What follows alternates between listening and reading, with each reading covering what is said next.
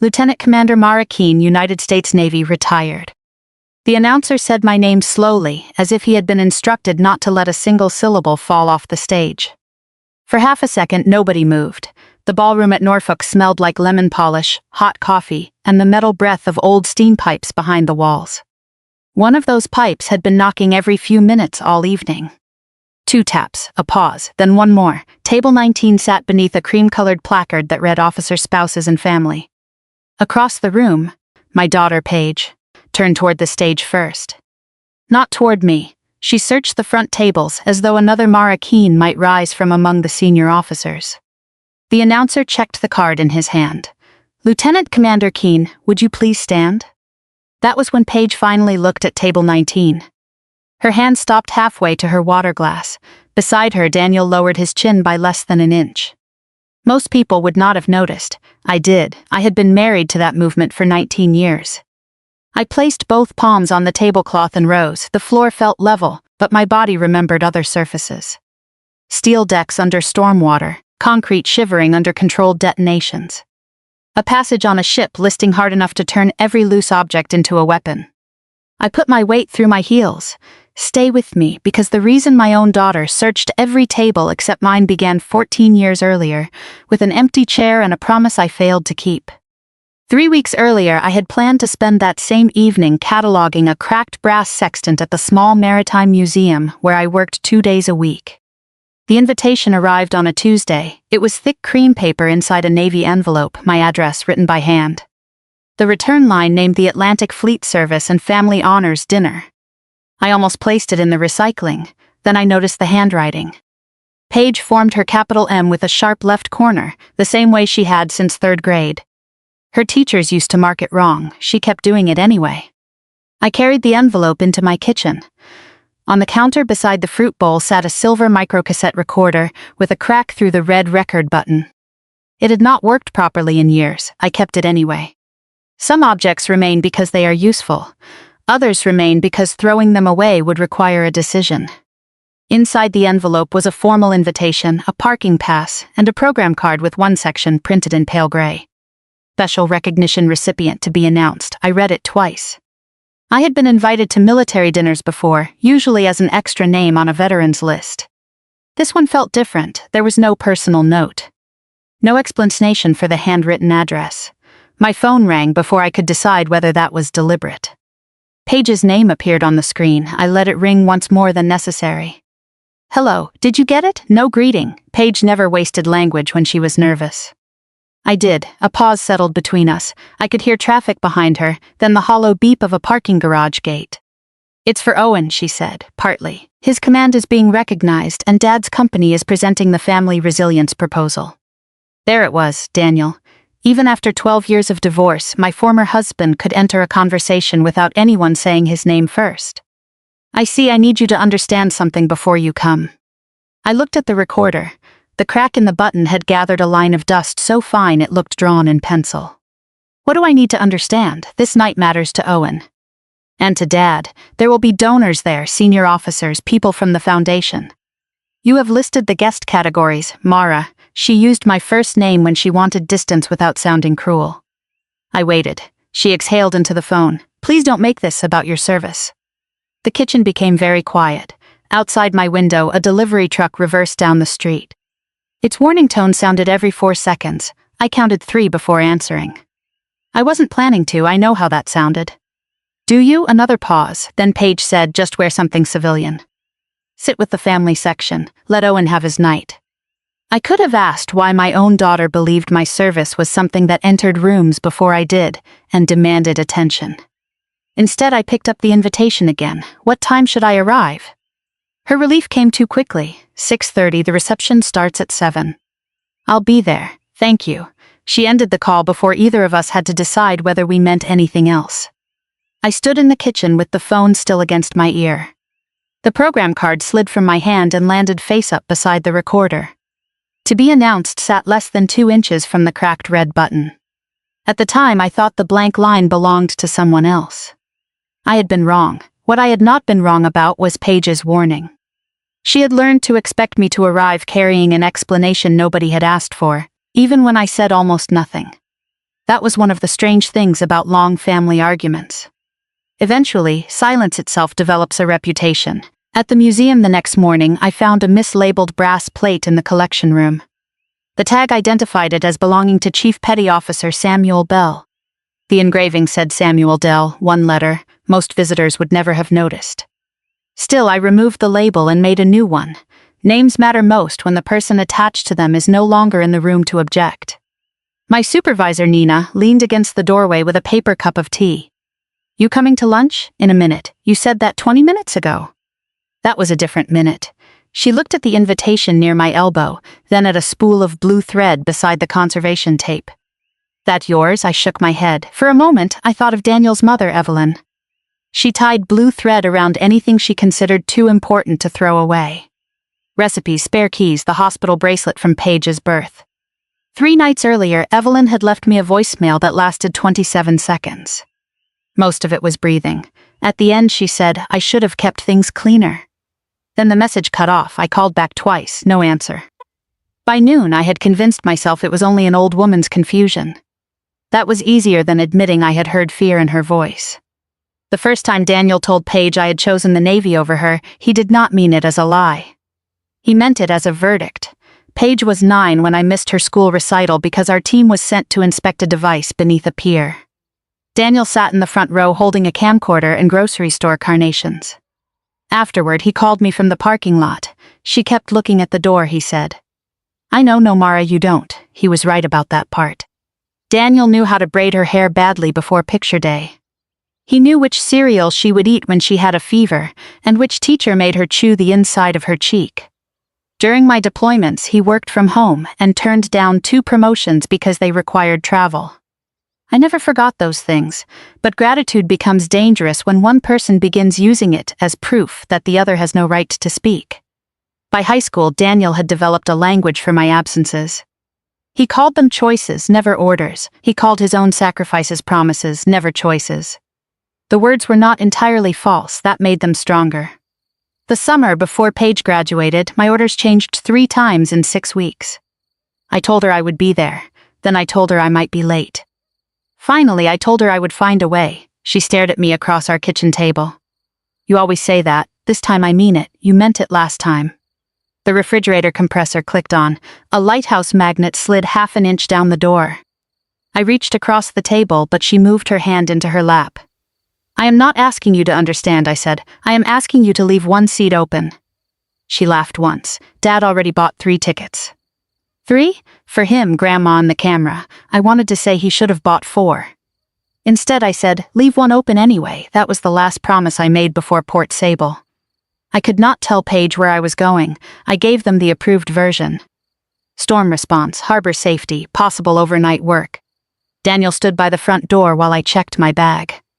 "Her graduation is in 2 days, I know, say the time." 10 in the morning, say where you will be. I looked at him. He smiled without warmth. That is what I thought. At Port Sable, the storm had pushed brown water over the lower docks and folded a storage shed against a concrete piling. We worked beneath portable lights that made every raindrop look white. I will not tell you what we found, not because the details still matter to national security. Most do not. I will not tell you because the device is not the part of that day Paige lost. By sunrise, the evacuation perimeter had widened. Then a fire started below deck on a civilian transport still tied to the damaged quay. There were industrial explosives in one hold, an injured deckhand trapped near the engine passage, and too many people shouting separate instructions. My phone was sealed with the rest of our personal equipment. At 9:43, while Paige was lining up in a blue graduation gown, I was kneeling in water that smelled like diesel and burned insulation. At 10:12, Jonah Mercer told me the temperature inside the bulkhead was rising. At 10:21, Daniel photographed the empty chair beside him. For years, that photograph was the entire story. When I got my phone back, I had 17 missed calls. Paige's last voicemail was 6 seconds long. "You did it again." I listened to it on a folded tarp behind an ambulance while rainwater ran from my sleeves. Then I borrowed a microcassette recorder from the public affairs kit. The red button cracked under my thumb the first time I pressed it. I recorded 6 messages over the next month. In the first, I apologized. In the second, I tried to explain without explaining. In the third, I told Paige I had seen a porch light burning across the harbor during the storm and had kept thinking about the light outside our house. Daniel always left it on when one of us was late. I know a light is not the same as being there, I said into that little machine. But I kept looking at it anyway. I mailed the tapes with letters to our home address. None came back, none received an answer. When I returned, Paige was staying with Evelyn. Daniel met me in the driveway. She does not want to see you. Did she get my letters? His face changed too quickly for me to name it. She got enough. That answer lived in my head for 14 years. Enough could mean she read every word. Enough could mean she heard the tapes and hated me anyway. Enough could mean Daniel had decided how much truth a daughter needed. I asked once more. He lowered his voice. Do not make her comfort you for what you did. So I stopped asking. That was my mistake. I called it respect for Paige's boundary. It was also fear that she had heard everything and still wanted no part of me. The marriage ended 2 years later. Daniel kept the house. Paige kept his version of our family. I kept the silver recorder and duplicate letters I could not burn. Over time, Daniel turned the story into a profession. He began speaking at spouse support events, then conferences, then podcasts. He was good at it because he understood the pain of being left behind, and because pain becomes persuasive when someone learns where to pause. The morning after I corrected Samuel Dell's name, Nina sent me a link titled The Parent Who Stayed. Daniel sat beneath soft studio lights wearing a blue tie. Behind him was the logo of Homefront Narrative Partners. He spoke about invisible labor and raising a daughter while her mother pursued base safety assignments. Then he mentioned the Atlantic Fleet Families Foundation. His company was the preferred finalist for a 2-year communications contract worth $420,000. The announcement would be made at the honors dinner. Daniel smiled at the interviewer. Military families do not need complicated stories, he said. They need clean ones. They need to know someone will keep the porch light on. My finger stopped above the trackpad. I had never used that phrase in a letter. Only on the first tape. Before I could replay it, my phone vibrated against the work table. A message from Jonah Mercer appeared. Come to Norfolk. Then a second message arrived. There is something on the program you need to hear. Jonah did not answer when I called. That was his way. He could spend 4 hours explaining the chemistry of a detonator, but ask why he wanted you somewhere and he became a locked hatch. I sent one reply. What was reopened? 3 gray dots appeared, disappeared, then came back. Port Sable. Nothing else. I left the museum early and drove home through rain fine enough to hang in the headlights. The invitation sat beside the silver recorder. Under the kitchen light, the crack through the red button looked deeper. My dress uniform was in a cedar garment bag at the back of the hall closet. I took it out anyway. The jacket still held the shape of my shoulders. One brass button had gone dull, near the cuff. Paige had damaged that button with toothpaste when she was 7, then cried because she thought I would be angry. I wore the jacket to breakfast the next morning. I had told her it looked perfect. Now I touched that same button, then zipped the garment bag closed. Paige had asked me to wear something civilian. More important, I did not want to enter her evening looking like an argument she had already prepared to lose. I could have worn the uniform and corrected every easy assumption without touching the classified truth. I let the assumption stand. I chose a navy suit, low black shoes, and a white blouse. The recorder went into the inside pocket of my jacket, pulling the fabric slightly lower on the left. At 6:12 on the night of the dinner, I joined the line of cars entering the event complex outside Naval Station Norfolk. A security petty officer scanned my invitation and asked for identification. I handed him my retired military card. His eyes moved from the card to my face. Good evening, ma'am. The word was ordinary. Still, he straightened before returning it. A second sailor noticed the small gold EOD badge tucked behind the clear sleeve of my retired identification. EOD once, behind me a horn sounded. Paige was waiting near the registration doors in a dark green dress, one hand pressed to a wireless earpiece. She had inherited Daniel's ability to look composed while managing 6 problems at once. She kissed the air beside my cheek. You're early. 12 minutes, that counts. Her eyes stopped at the weighted side of my jacket. What's in there? The recorder. Her mouth tightened. You brought it here? Yes, I thought it barely worked. So did I. Owen approached in dress blues, carrying a folded program marked with yellow grease pencil. The mark looked like a rectangle with a line through it. He shook my hand, then pulled me into a brief embrace. I'm glad you came, so am I. He glanced toward 2 staff members replacing cards on a display board. They made a sealed change this afternoon. Paige adjusted her earpiece. Probably the foundation announcement. Owen looked at the yellow mark. A sealed change is not a seating error. Someone above the planning staff wanted this protected. Please don't turn the program into an intelligence briefing. I'm telling you what the notation means. Someone called Paige from registration, and she stepped away. Owen watched her go. She wants tonight controlled. There was honesty in the way he said it. Inside the ballroom, tables sat beneath hanging lights shaped like inverted glass bells. Whenever the heating system switched on, the bells trembled without making a sound. A volunteer handed me a place card, Marrakeen, table 19. Beneath the number, smaller words read officer spouses and family. The registration binder remained open beside her. My name appeared on the printed list at table 4. A blue line crossed through it, followed by a small P. Paige signed her name with a sharp left corner. I found her speaking to a caterer. Can I borrow you? She checked 2 boxes on a clipboard, then followed me beside a fabric-wrapped column. I held up the card. This says table 19, yes. The list said table 4. We had to make changes.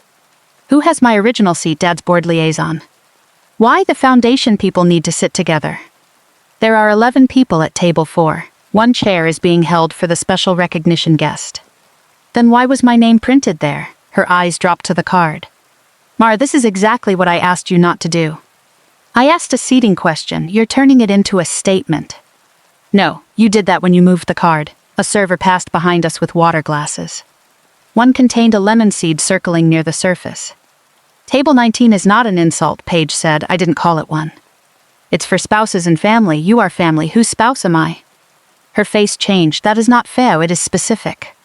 She lowered her voice. Owen's command is being honored. Dad is presenting. You are here because you're my mother. Then the card could say family. It does, after spouses. She closed her eyes for one breath. Please. That word had ended many conversations between us. It sounded gentle and carried the weight of a locked door. The exit was less than 30 feet behind her. I had noticed it before the centerpieces. Old habits arrange rooms by escape routes. Then I felt the recorder inside my jacket. Daniel had used words I had recorded only once. Evelyn had left a message about keeping things cleaner. Owen had found a sealed change no one would explain. I slid the place card into my pocket. All right. Paige opened her eyes. That's it? What else were you expecting? I don't know. There was honesty in that answer. Then Daniel appeared at her shoulder. He wore a tuxedo with a small flag pin. He looked older than he had on my computer screen, but only around the eyes. Mara, Daniel, his gaze dropped to my hand. Seating problem? Resolved, Paige said. He smiled at her first. Good. Then he looked at me. Tonight is important for her. And for Owen, I know. His voice softened. Daniel always became quieter when he wanted the other person to appear unreasonable. Then let her have one night without revisiting old wounds. I haven't revisited anything. Not yet, Paige said, Dad. He touched her arm. I'm only trying to help. That was Daniel's strongest sentence because sometimes it was true. A chime sounded. Paige checked her watch. We need to sit. She turned to me. You spent your life standing in front of your family. Tonight, learn how to sit behind one. For a moment, the room narrowed to the seam in the white fabric beside her. I could have told her about the places I had stood. In front of a sealed compartment while sailors climbed past me. In front of a flooded passage while Jonah dragged an injured man toward daylight.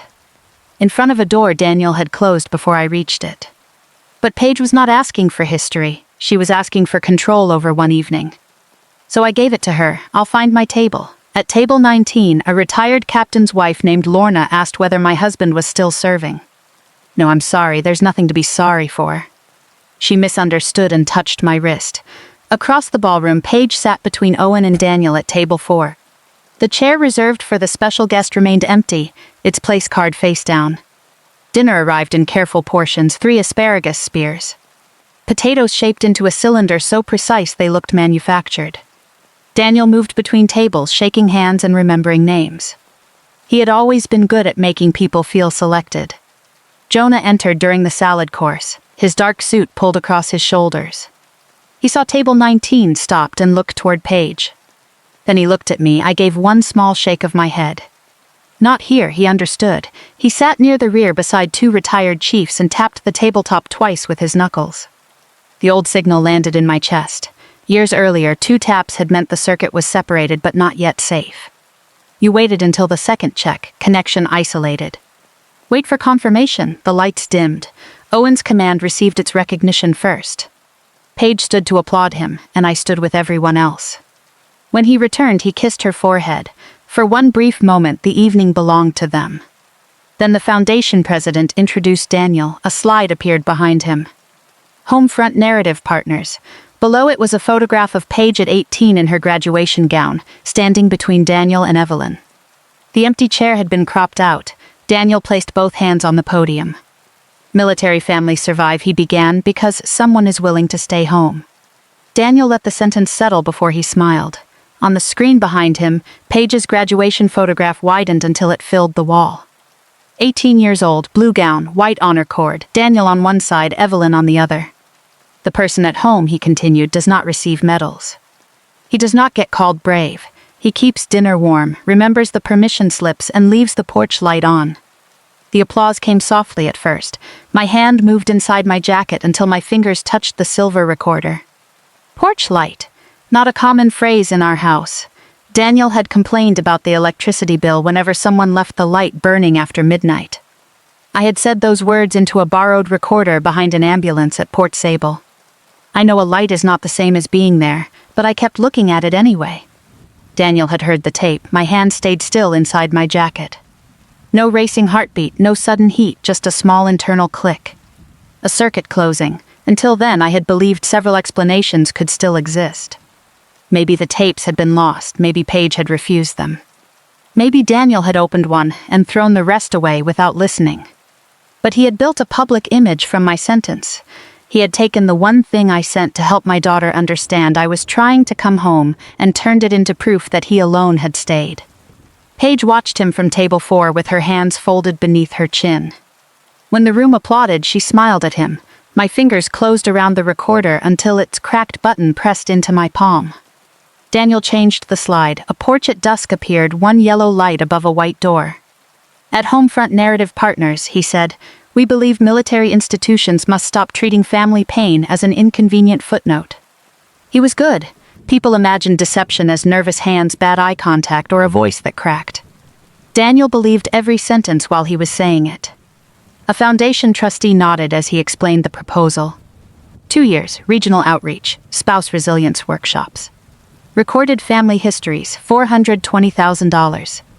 Daniel did not look at me, he did not need to. Table 19 was part of the presentation. The absent mother had arrived and accepted her assigned place.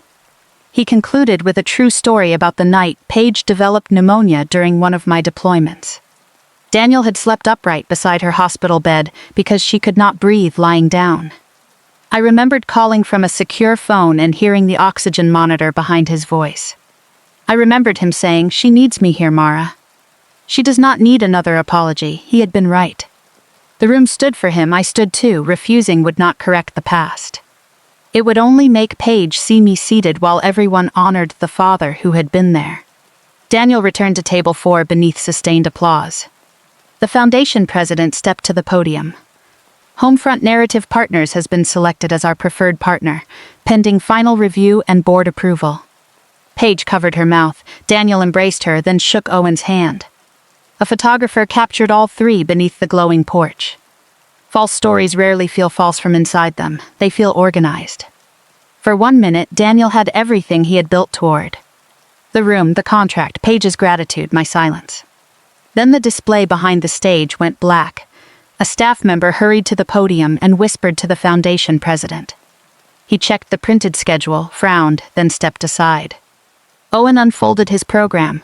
The yellow grease pencil mark sat beside a section that had not been there when dinner began. He looked at me, then at the empty chair at table 4. Vice Admiral Helen Ward rose from the head table. She wore a black jacket with one small gold pin and carried a narrow blue folder. Conversation thinned across the room. Daniel reached for the Foundation president's sleeve. "What is this, a Department of the Navy presentation?" This wasn't in rehearsal. No, Vice Admiral Ward reached the podium before Daniel could ask more.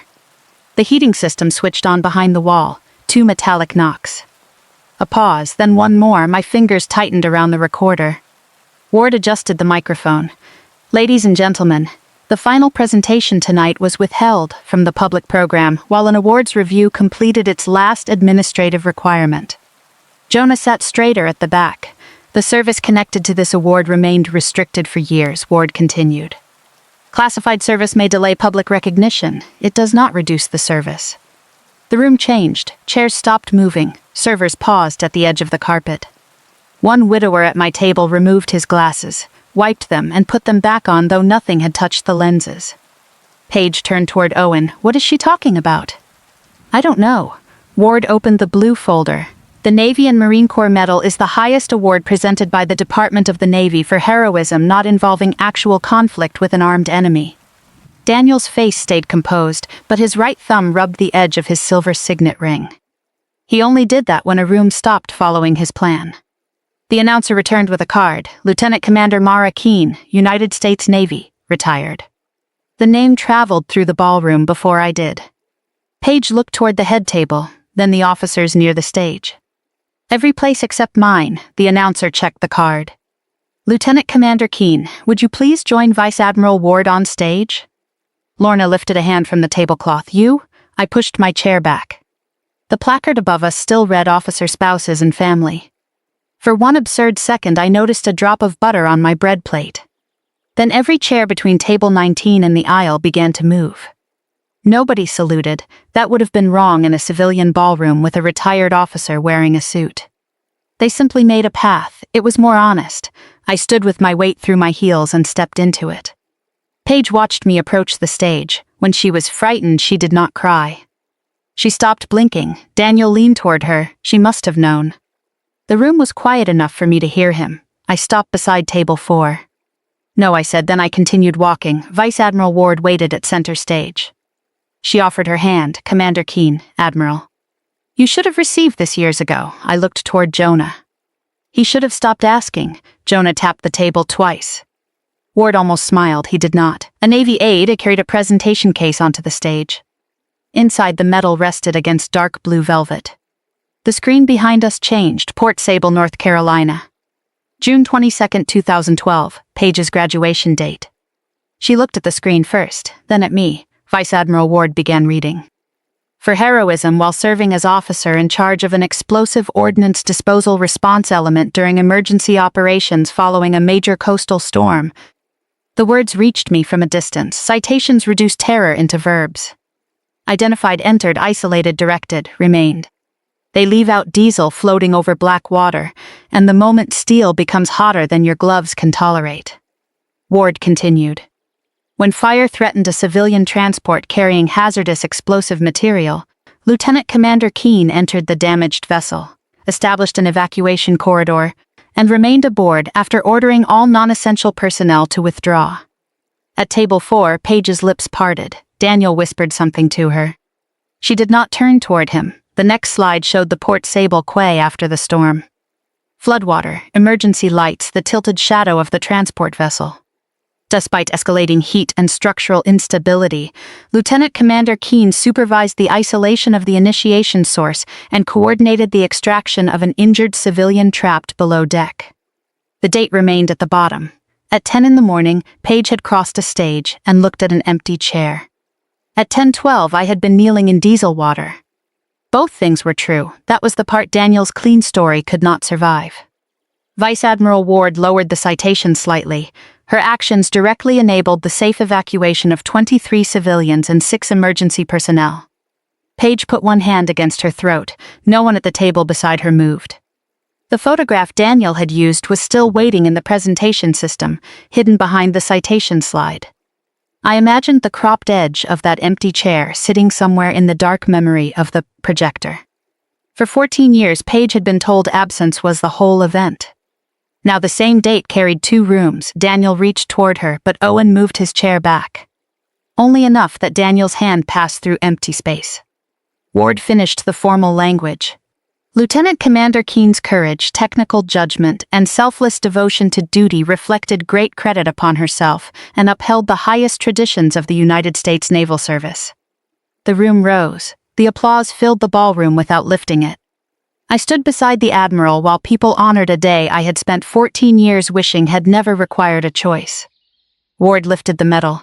Before placing it around my neck, she said quietly, "There is someone else who needs to be heard." Jonah was already standing. He walked toward the stage, one hand brushing the backs of chairs. His left knee had never recovered from Port Sable.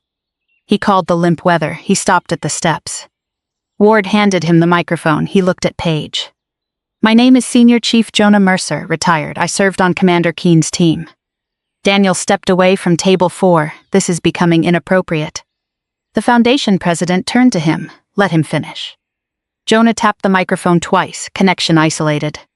"Wait for confirmation. There are details I still won't discuss," Jonah said. "But the citation leaves one thing out." His eyes came to me. I was the senior technician inside that passage. When we located the trapped deckhand, I told Commander Keen we did not have time to move him and finish the isolation. For one breath I smelled burned insulation. She ordered me to take him out. Paige stared at him. I refused. Jonah's mouth pulled to one side. Not my finest professional moment. A few people breathed out. Commander Keen removed her face shield, looked me in the eye, and said, "Senior Chief, if you make me choose between your pride and his pulse, I will disappoint you every time." A soft sound moved through the room, not laughter. Recognition. Jonah looked at Paige again. She stayed because somebody had to stay. She sent me out because somebody had to come home. My daughter's face folded then, but she did not cry. Vice Admiral Ward placed the medal around my neck. The ribbon touched the collar of the civilian suit Paige had asked me to wear. I looked toward table 4. Paige was no longer looking at the medal. She was looking at the date. The applause continued, but Paige had gone still, as if the room had changed shape beneath her. Vice Admiral Ward stepped back. The aide closed the presentation case. I touched the edge of the medal once because I needed somewhere to put my hand. Daniel reached the stage before Paige did. "Mara," he said quietly, "we should discuss how this is presented, not what had happened." How it would be presented. The Foundation president followed with 2 trustees. One held Daniel's proposal deck open to a red-tabbed page. "Mr. Keen, your materials describe Commander Keen as performing routine shore-based safety work during the period you reference." That was the information available to the family. Vice Admiral Ward's expression did not change. The family was not entitled to classified details, she said. It was also not required to invent them. Daniel turned to me. "You could have corrected the record years ago." "I corrected what I was allowed to correct." "You let Paige believe." "No, you told her what to believe." The trustee looked down at the proposal. Daniel noticed. "This is a private family disagreement. It has no bearing on our work." It became relevant, the Foundation president said, when your family story became the primary case study in a contract submission. She closed the folder. "Our preferred partner designation is suspended pending review of the source material, consent records, and representations in the proposal." Paige stood. Daniel faced her. "It is procedural." "You said it was final." "I said we were the preferred partner." "You said final." He reached for her arm. She stepped away. "Did you know what she did?" Paige asked. "I knew she served." "That is not what I asked." Around us, guests found reasons to look elsewhere. Programs folded, plates disappeared too early, a chair scraped against the floor. Public humiliation is rarely loud when it becomes real. The room does not explode, it reorganizes. Daniel looked at me. "You are enjoying this." I thought about the cropped graduation photograph and the porch light on his slide. "No," I said, "I am watching it become accurate." That was the only sentence I gave him. Outside the ballroom, the service corridor smelled like wet cardboard and industrial coffee. Jonah waited near the loading dock with 2 paper cups from a machine that called the contents cappuccino. He handed me one. "You still take it black? This is not coffee." "It was free, that explains it." Rain clicked against the metal door. For a while, neither of us mentioned the medal. Then Jonah said, "The original recommendation died in review. Too much of the supporting file was restricted. People transferred. One retired, one died. Every few years somebody decided it was easier to leave the box closed. And you kept reopening it." "I dislike untidy wiring." "Why didn't you tell me the review had started again?" "You would have found a reason not to come. That is not an answer." "It is the only one you would believe." He tapped his cup twice. "You spent half your career making sure everybody else cleared the danger area. Then you retired and started calling distance a boundary. Paige asked me to leave her alone. She was 18. She was old enough to mean it. She was young enough to think one answer had to explain everything. The loading door opened. Paige stood beneath the fluorescent light without her coat. Owen waited farther back. Jonah took my untouched cup. I suddenly remember somewhere else I should be. You are standing at a loading dock. Exactly, he limped inside. Paige came out and watched the rain. I did not know, she said. I know, everyone keeps saying that like it helps. It does not. Were you really there the entire time? At Port Sable? While I was graduating, yes. Could you have left? Not when I wanted to, she swallowed, so Dad lied. About parts of it, do not protect him, I am not. He stayed when I was gone. He raised you through years I missed. And then made sure I hated you for them. I wanted to accept that because it moved blame away from both of us. The truth was less useful. He gave your pain a shape, I said. I let it harden because I was afraid you had already heard me and chosen him anyway. You were the adult, yes, you could have come to my school. My apartment, my wedding rehearsal, you could have made me listen. I could have tried harder, you did not, no. Rain struck the awning in uneven bursts. She looked at the metal. Does this make you think I have to forgive you? No, then what was all that? A correction, to what? To where I was, to what I was doing, not to what it cost you. Her eyes filled, but she held the tears in place. I stood on that stage and searched for you. I know, no, you know because someone told you, I was there. The sentence landed where it should. I did not defend myself. After a while, she said, I do not know what to do with this. You do not have to do anything tonight. That sounds like you leaving again. It might. I forced myself not to reach for her. The award explains where I was, I said. It does not tell you what to feel. She walked back inside without saying goodbye. Owen gave me one small nod and followed her. The foundation suspended Daniel's contract review the next morning. Not cancelled, suspended. Daniel sent 3 messages about reputational damage and one asking me to state that he had acted on incomplete information. I answered none. Paige did not call. For 19 days, the metal stayed in its case on my kitchen table beside the cracked recorder. On the 20th morning, a lawyer from Richmond left me a voicemail. Evelyn Keene had died during the night. Before her death, she had instructed him to deliver a canvas mailbag to Paige. He said it was tied shut with blue thread. Paige received the canvas bag at the lawyer's office in Richmond. She called me from the parking garage. Her words came through in short, flattened pieces. There are letters in here. I sat down at my kitchen table. The metal case was still beside the recorder. Morning light touched the glass and stopped. How many? I don't know yet. Something scraped against her phone. Canvas, maybe. Paper. There are tapes too. I closed my eyes. Paige, did you send these? Yes, all of them? I sent 17 letters and 6 tapes. She did not answer. Then I heard a car door close. I'm coming over. She arrived 90 minutes later with the bag pressed against her chest. Blue thread had been wound around the top 3 times and tied in the same square knot Evelyn used on Christmas packages. Paige placed it on the table between us. Neither of us touched it at first. The canvas smelled faintly of cedar and old paper. One corner had been repaired with white stitching. Evelyn had written Paige's name on a luggage tag, then covered it with clear tape. Inside were 17 envelopes, 6 microcassettes, and a legal pad folded in half. The first envelope had been opened, so had the 4th, the 9th, and the 17th. Each had been resealed with a strip of office tape that had yellowed at the edges. Paige picked up the first letter. The postmark was 2 days after Port Sable. Beneath it, a forwarding label redirected the envelope from our home address to Daniel's office. Why would Dad's office get your mail? He filed a temporary forwarding request while I was gone. He said it was because the house was being renovated. It was. The words barely reached the other side of the table. Paige opened Evelyn's legal pad. The handwriting slanted hard to the right. Daniel said clean stories help children sleep. I believed him because I wanted the fighting to stop. I found the bag in his office while I was helping him move after the divorce. I should have given it to Paige then. I was afraid she would leave him too. Paige read the note twice. He knew. I looked at the opened envelopes. Yes, say it. He knew I was writing. Her fingers tightened around the paper. He let me think you stopped. Yes, why didn't Grandma tell me? Because fear can look responsible when it belongs to an older person. That is not an answer, no, it is an explanation. Paige laughed once, but there was no humor in it. You always do that. Do what? Make the sentence accurate enough that nobody can argue with it. I looked at the recorder. That habit has not served us well. She removed the first cassette from its plastic case. A strip of faded masking tape ran across the front. For Paige, Port Sable, her thumb rested above the play button.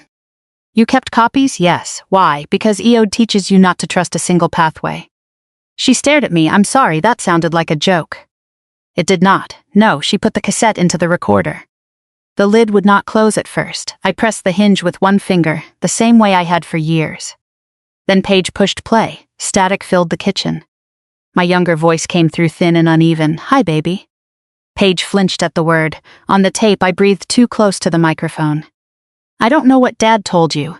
I don't know what I'm allowed to tell you yet. I only know I promised to be there and I wasn't. The old recorder clicked softly as the tape turned. I saw a porch light across the harbor last night. I kept thinking about ours. Your dad always leaves it on when one of us is late. I know a light is not the same as being there, but I kept looking at it anyway. Paige pressed stop. The machine gave a small mechanical cough. For several seconds, the refrigerator was the only sound in the room. Then she asked, how long did he need me to hate you? I had imagined that question in different forms for years. In every version I had an answer ready. None survived hearing her say it. I don't know, he used your words, yes, for his company. Yes, he stood on that stage and used your words. Yes, the muscles around her mouth loosened, her shoulders dropped. I built my whole life around not becoming you. I felt the sentence move through me slowly. What does that mean? I show up early, I confirm everything twice. I don't take jobs that travel. I married someone whose schedule I can understand. She looked toward the bag. I thought all of that was me. It is you, is it? Yes, even if the reason started with a lie. She wiped her cheek with the heel of her hand.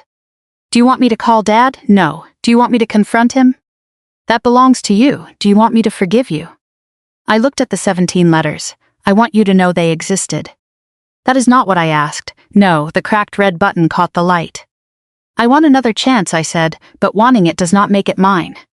Paige lowered her eyes. We listened to no more tapes that day. She took the bag home. 2 weeks later, the foundation ended Daniel's contract review.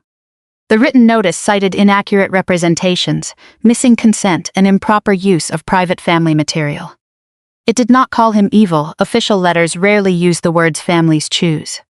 Daniel left me one voicemail. You destroyed everything over a story. I deleted it. The story had been the thing he protected. That was the problem. Paige did not speak to him for 3 months. When she finally did, she met him in a restaurant and brought Owen. She later told me Daniel apologized for handling the material badly. Not for hiding it, not for teaching her to hate me. Some people surrender only the smallest sentence available. I did not ask Paige what she planned to do with him. I had spent too many years letting Daniel stand between us. I would not keep him there by making every conversation about his punishment. The medal went into a drawer. The recorder stayed on the kitchen table. In October, Paige came to the museum carrying cassette number 2. I was in the archive room replacing acid-free paper around a ship's log. 2 chairs sat at opposite ends of the table. Neither had a name card. A month earlier, I would have called that coincidence. Now I noticed what the absence of labels allowed. No one had already decided who belonged at the head, who sat behind, or which story the furniture was supposed to tell. The room had left the choice to us. She placed the cassette beside me. I haven't listened to this one. All right, I thought maybe we could. I nodded. She pulled the far chair closer, then stopped. For a moment I saw the ballroom again, table 19. The sign above my head, the empty path people made when my name was called. Paige dragged the chair the rest of the way and sat beside me. Not across, beside. I placed the cassette in the recorder. The play button had worn smooth over the years. The record button was still cracked. That felt right. If this story meant something to you, share it with someone who has spent too long living inside another person's version of them. There are things you can repair by naming them correctly. There are things you can only stop misnaming. The tape began to turn. Neither of us called it forgiveness, but neither of us left.